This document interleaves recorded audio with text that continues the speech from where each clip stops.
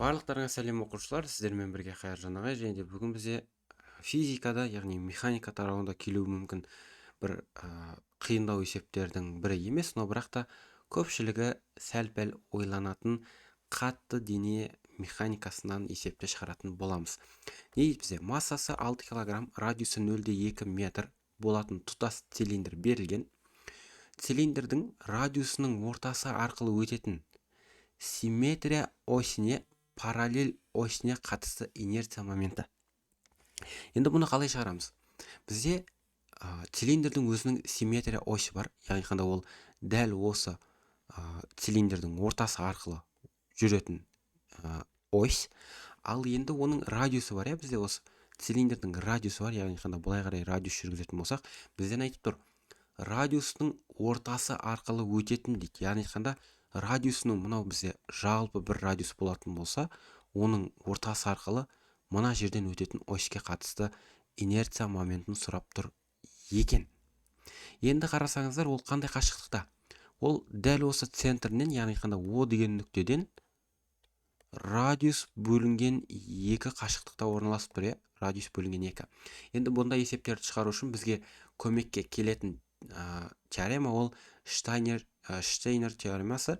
Ол сендерде G тең болады G нолевой қосылған md квадрат формуласымен сипатталады екен. Бұл арқылы нені табамыз? Бұл сендерде осы айналу осіне қатысты параллель орналасқан қандай да бір оське қатысты инерция моментін табуға көмектеседі деген сөз. Енді бұл біздің табайын деп жатқанымыз бұл сендерде параллель осьтегі инерция моменті G, ал G нолевой дегеніміз осы бір тұтас цилиндрдің өзінің осіне қатысты инерция моменті, ол бізде mr квадрат бөлінген 2-ге тең болады. Ал md квадрат дегеніміз ол қандай да бір мына d сендерде ол арақашықтық, яғни қандай d бізде нешеге тең? Ол айналу осінен мына бір біздің анықтайтын оське дейінгі арақашықтық көріп тұрғандарындай, ол сендерде r бөлінген 2-ге тең болып тұр, радиус бөлінген 2-ге.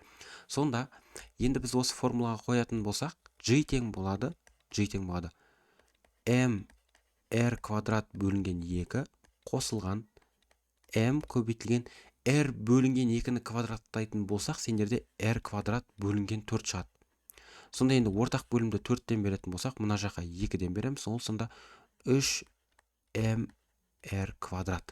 Сонда біздің мына бір параллель оське қатысты инерция моментіміз 4-тен 3 mr квадрат бола салады екен. Сонда оның 3 бөлінген 4 көбейтеміз, массасы 6 кг, радиусының квадраты 0,2-ның квадраты қанша болады бізде? 0,2-ның квадратын давайте есептей салайық біздің екен.